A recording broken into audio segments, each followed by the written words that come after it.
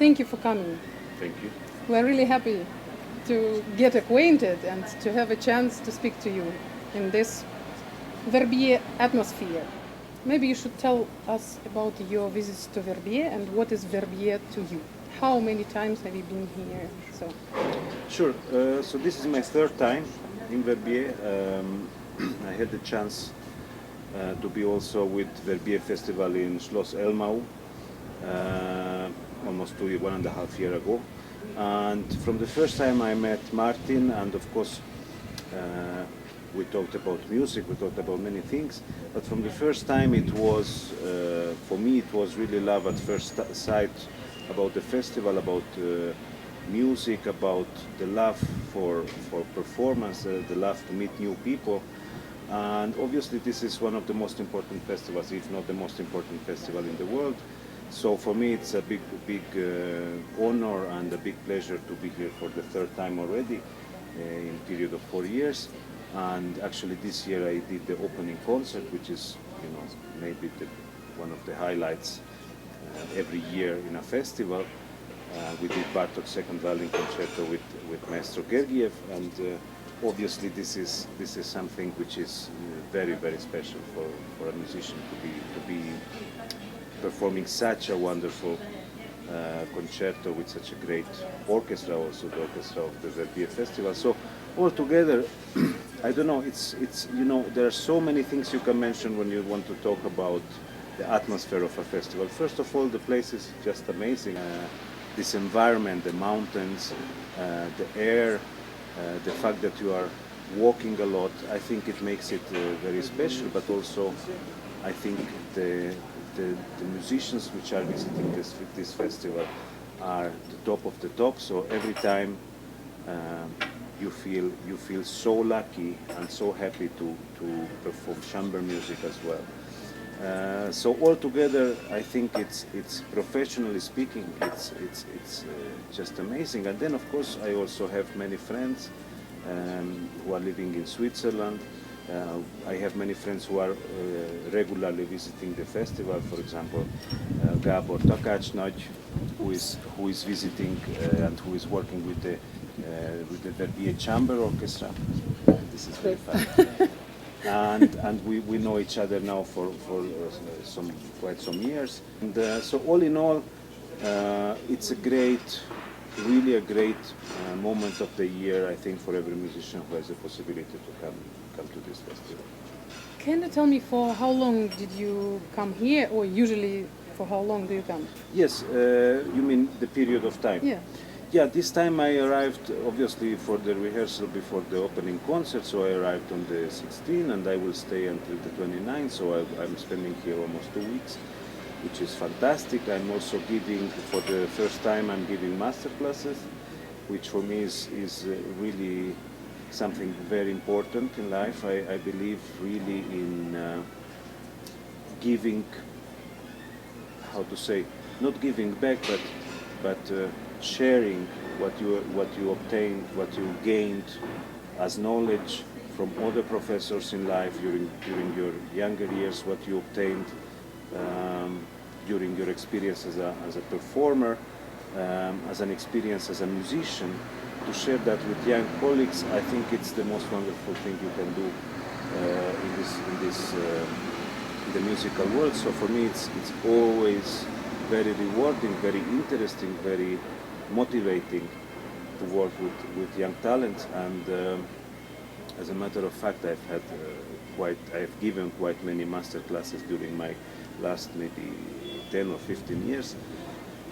And you can always learn also a lot.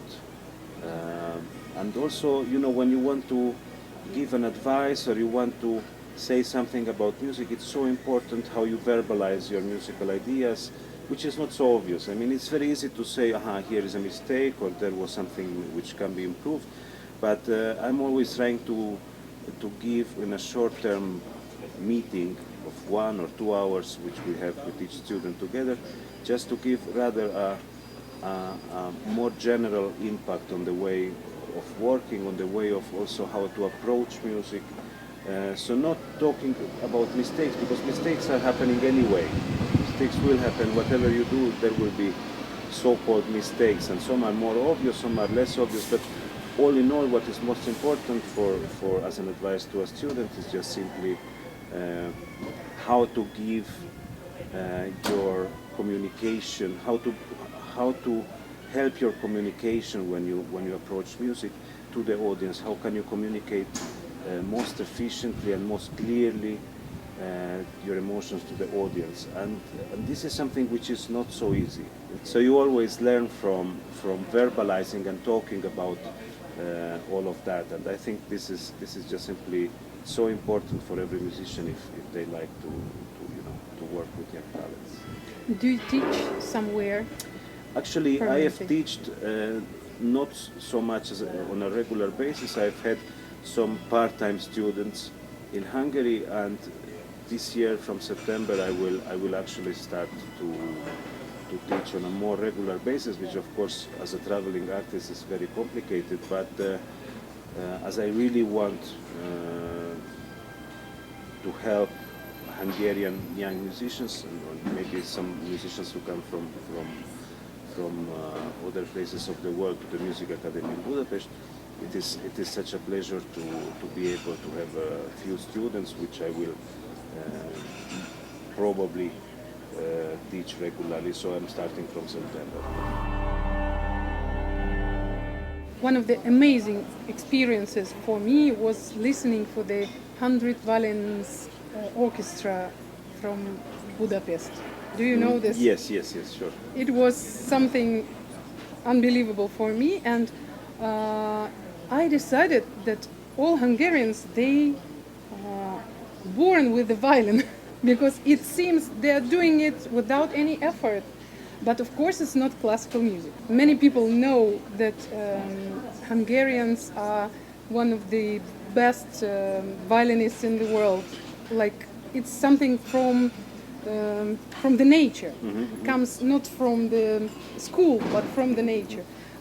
Can you tell me, do you feel this yourself? I really don't believe in national characteristics. I really believe that education is the most important part, and education mostly can be influenced in our case with music, with the cultural background which gives your country.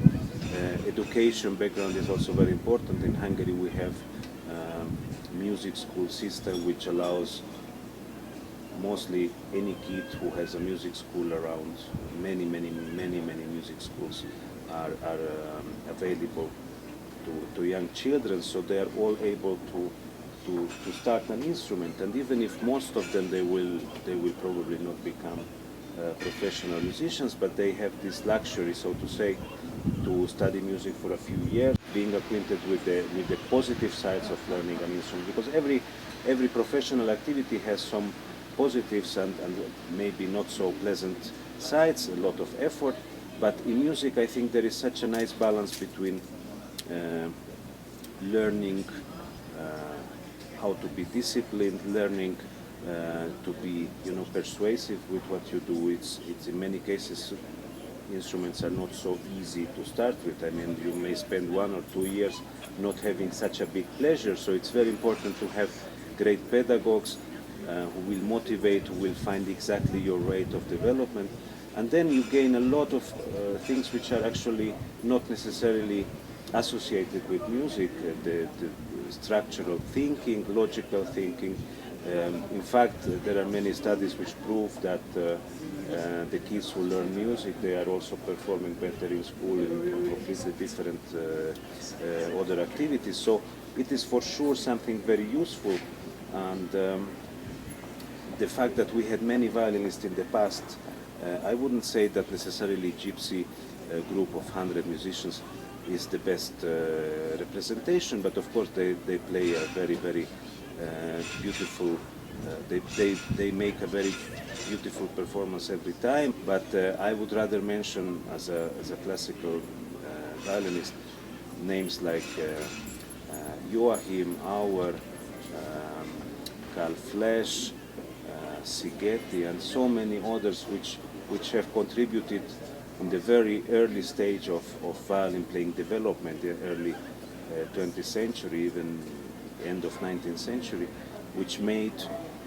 the violin world, the violin playing, so much richer for the 20th century. So I'm very proud of that, but not because of being Hungarian, but just simply because I love the tradition of violin playing, but I also mostly like to imagine that when you become a great violin player, you should become rather a great musician than just a violin player. So to play the violin is just, an instrument. It's just a way of not technology, but just a way to express yourself. When you can give the impression that the violin is just a tool, and like talking, this is the idea that you communicate so easily with the instrument that whatever instrument, it can be piano or whatever, that you convince the audience you are speaking with your soul rather than with a musical instrument.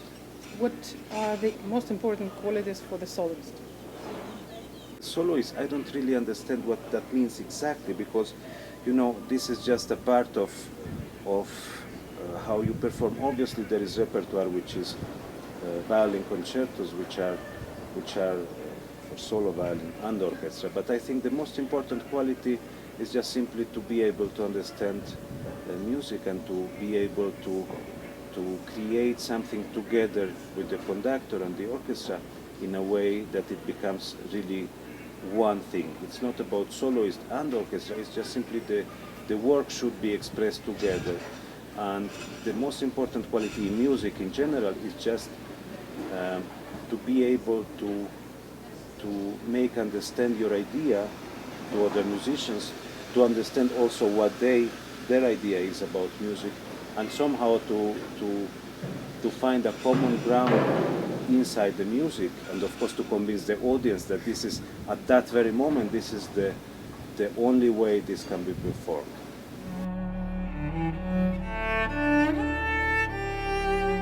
I visited your performance on the opening concert, and bravo, thank you. I've listened to Bartok, and as well it was the Izai after. Yes. For me, the highest level can be seen only in a solo performance. So, and I understood that I wanted then to stop the other concert and to listen to you, the other part, playing solo. What can you tell me? What is the difference between playing with orchestra, playing solo? Let's say when you prepare your students, when you prepare yourself. Of course, you are rather more free when you are completely alone. You can improvise more. You can decide at the very moment to do something differently than you used to, or you did the morning, or you did 10 minutes ago. So you can change very freely about your way of taking time or expressing something, or just simply the tempo you may choose may differ from what you usually do. And I actually don't like to imagine that I do something usually somehow. I always try to imagine that what if I've never played this piece? What would it mean to play it for the first time? Or what would it be to play a piece like which would sound like the premiere of that piece? So these are things which you are obviously more free to accomplish when you are completely alone. So on the other hand, when you play with orchestra or when you play with other musicians, chamber music and so on, you are relatively accomplishing some of the things during the performance which you already talked about, you rehearsed. But I like to imagine sometimes that with great musicians, with great orchestras, with great conductors, you are also able to do some spontaneous differences in compared to what you rehearsed.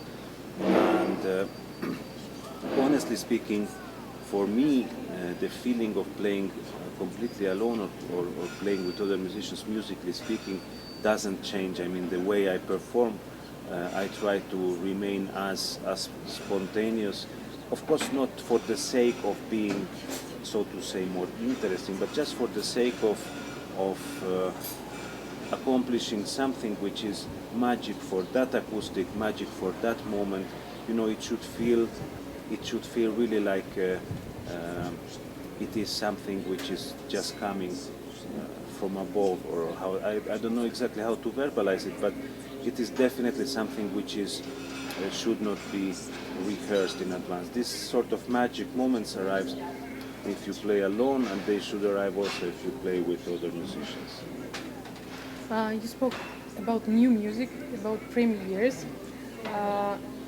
If there is some difference, or maybe you just can comment it somehow, when you play some classical music for the first time for you, it's your own premiere, and when you play the real premiere when it's unknown piece, if there is any difference, and how do you approach, or it's the same?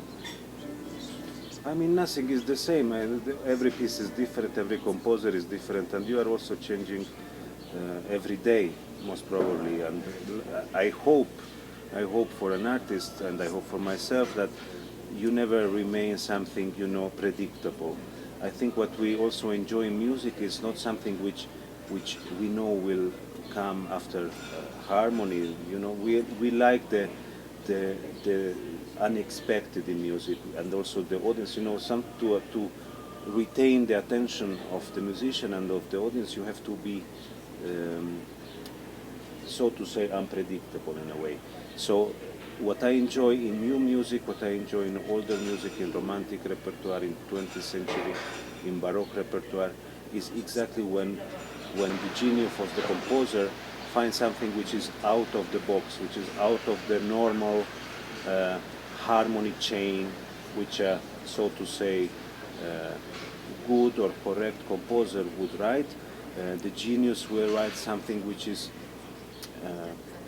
probably out of the box and unexpected. So this is what I look in every kind of music, and when I repeat, when I don't play it for the first time, I try to have the same impression again. I don't want to think that I know the piece already and I know what will happen. I try to find new things which maybe last time didn't attract my attention. This happens normally when you touch a great masterpiece. It's always gonna happen.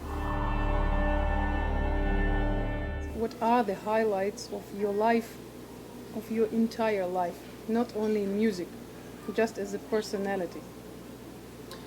I hope that there are no musicians who can differentiate from their musical life, their personal life. I mean, of course, you have private life, which is, but it is so nice when you can somehow share your musical life with your private life. So it's, for me, I think as a musician, it's very important that the person who is with you is able to understand your musical ideas, your musical way of thinking, because music is not just a métier, it's not a profession. Music is a lifestyle, and I really consider music as my life. So of course I think about family, and I think it's a very important part also of every human being. But everything somehow it's integrated together. So I don't think it is possible to say, okay, my musical life is like this and then my private life is like that. I think it's very hard. Obviously, in many cases, you have to share, because time goes anyway. So if you do music or you do something else, time is just going. So you have sometimes to be very conscious about your choices on schedule, your choices about how to organize your time. But I think it is absolutely possible, and there are so many wonderful examples of musicians who have wonderful families. Misha Maisky, every time I meet him, he's talking about children and how important is family. And of course, there are many great cellists, but look how wonderful my children are. So he's probably more proud of his children than his music playing, which is absolutely wonderful. Of course, it's a little bit on a humor side, but I think it is very important that a musician lives also a relatively normal life, which is never normal if you are a musician completely. Mm-hmm. Do you have children? Not yet. Not yet. Do you have time to spend it with your family? Yes, I mean I was just talking about. I mean you have to be very conscious about your time, about organizing, about where can you go together with your loved ones, and when you are just simply busy, and you know she may be busy at some point, your partner may be busy also. So it's not always an easy task, but I think everything is possible when you want to. You stay in Verbier for 2 weeks. How many concerts do you have during these 2 weeks? I had 2 and I will have 1 more. What do you do here? Yes, I mean, well, first of all, you feel so strange that you are staying in one place for 2 weeks. This is my first impression always, that, oh my God, I'm not traveling tomorrow or after tomorrow or just or yesterday. So it is great just to be a little bit, you know, in the same place. It's already phenomenal, and if it's a place like Verbier, it's even more so. Obviously, you have plenty of concerts here, so you can listen to so many great concerts, great people. You are interested in friends. We didn't meet for long, so I cannot really say, oh, my old friend, but Mark Bushkov, I just met recently in Tchaikovsky competition, and I was so happy to see the talent of a young violinist and a young musician who is so hungry for music. So we spent some time talking. I also had the opportunity to meet Vladimir Kramnik, whom I know now I think is more than 20 years. You know, he's also connected to music because in his family, you know, music was a very normal thing. And I love chess also, so we had the possibility to talk. I also played in his simultan event. So it's always great, and now you know you talk with people, you have lunches. I also met my friend Gabor, and you know, and you visit concerts. So basically, you have that, and if you are not too busy during the day and you have the energy, you can just simply join an evening dinner, which we have here in Verbier every evening, where again you meet great people, and it's wonderful to be here. I think this is my conclusion. Not because you do something so special. I mean, you can go up to Montfort, or you can just have a wonderful fondue at one of the restaurants on the way up. But the idea is, I think, mainly to enjoy the wonderful atmosphere, and we had great weather so far for 1 week. So I just enjoy, you know, not being so busy. The last question, in 2 words, what is music for you? It's my life. My life. Thank you very much. Thank you. Thank you. Автограф. Please, please, please, please, please, please, please, please. Here you are. Not here. I'm so sorry. Yes, but I want to look. If you know better, Yes, please. I know better. Thank you.